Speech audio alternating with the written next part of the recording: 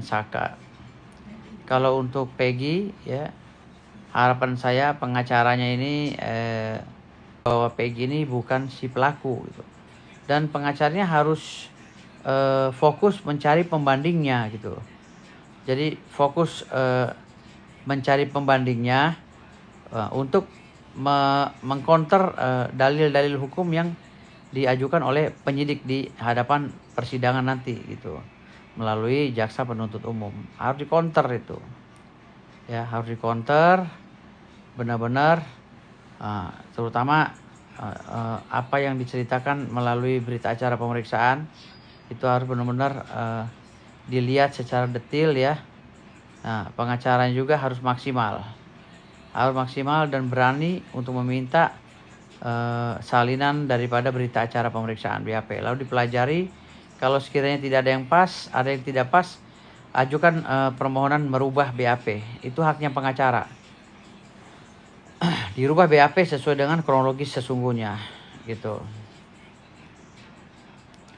Jadi artinya di sini harus segera ya. Kalau masalah BB-nya, ijazah, KK, KTP, akte sama raport apa segala itu mungkin cara polisi untuk mengembangkan proses penyelidikan ini agar benar-benar terang seterang-terangnya, terang benderang ya, seterang-terangnya kasus ini dan tidak bisa ditutup-tutupi.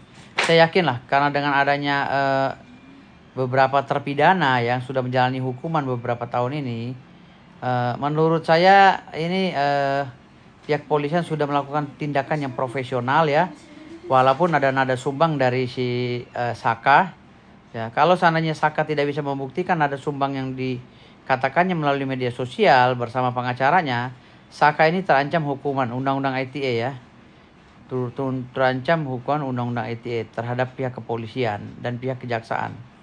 Nah, ini nanti lihat lagi pasalnya, pasal apa nanti. Apakah pasal itu bisa dijadikan bahan untuk memproses si Saka kembali karena keterangannya dianggap bohong oleh pihak kepolisian. Kita lihat juga dari pihak kepolisian apakah mau masalah ini dibawa ke ranah hukum karena sudah mencemarkan nama institusinya. Lantas bagaimana proses hukum atau status hukumnya Saka untuk membela dirinya dan memulihkan nama baiknya kalau memang ini terjadi salah tangkap.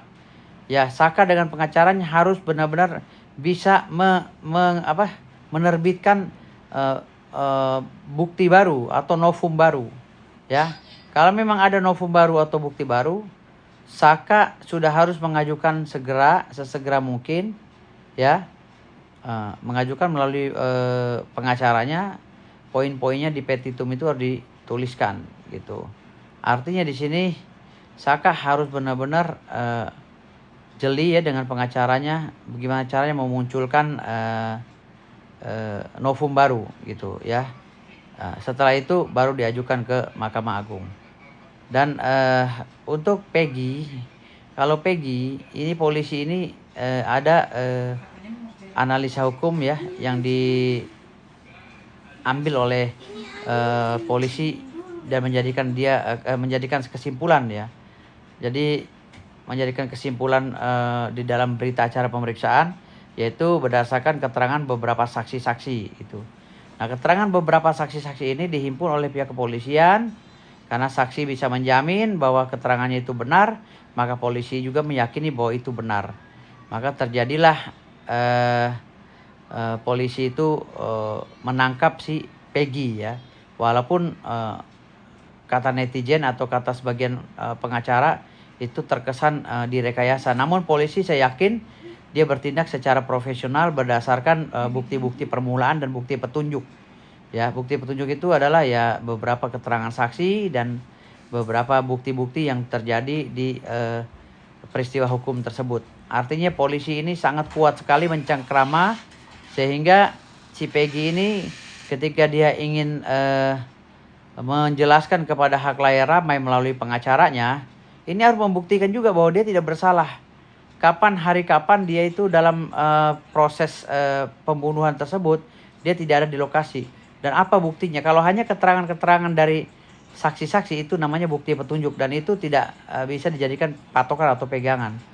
Harus mencari bukti-bukti lain seperti rekaman, CCTV, Nah, apakah ini CCTV bisa dimunculkan kalau ada CCTV setelah 8 tahun ini? Nah, ini juga sulit dibuktikan gitu loh.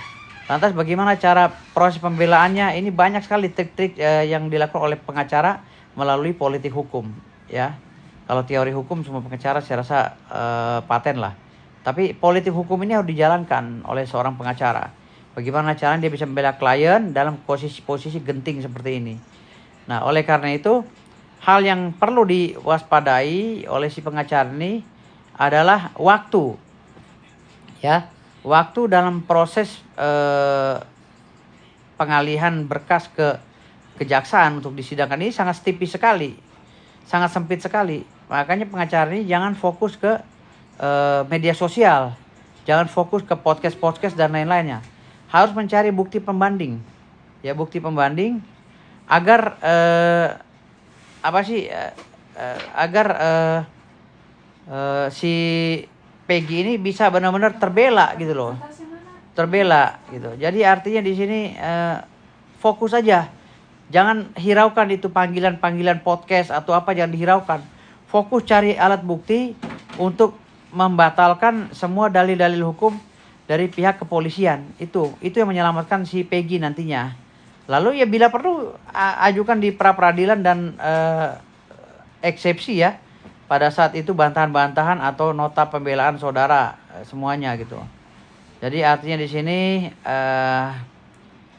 harus benar-benar detail sekarang, fokus, jangan main medsos. Pengacara-pengacaranya ini fokus aja kaji ini, bedah ini ya, uji materi, bedah dan lain-lain. Nah, sehingga bisa disimpulkan bagaimana dan dari arah mana membela Peggy hingga Peggy ini bisa diselamatkan dari fitnahan dan tuduhan-tuduhan yang memang tidak masuk akal gitu.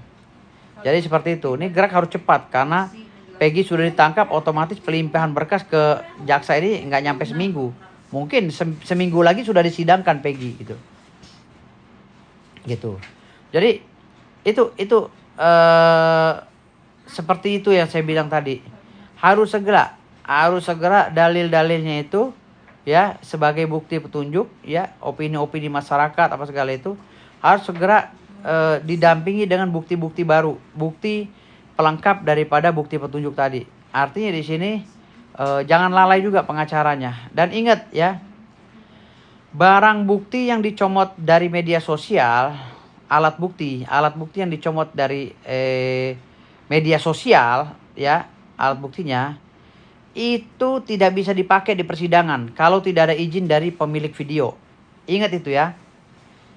Misalnya saudara mengambil bukti-bukti pernyataan-pernyataan dari netizen atau media. Nah, harus mendapatkan izin dari netizennya atau medianya. Kalau tidak dapat izin atau tidak ada surat izin pendamping dari medianya atau netizennya, itu dianggap bukti itu tidak sah. Dan bukti itu dianggap bukti boleh mencuri, ya. Ingat itu. Jadi harus benar-benar detail ini. Jangan sampai nanti ya Peggy yang tadinya nggak bersalah jadi bersalah karena kita lalai dalam pembelaan, ya. Jadi itu seperti itu saya bilang tadi.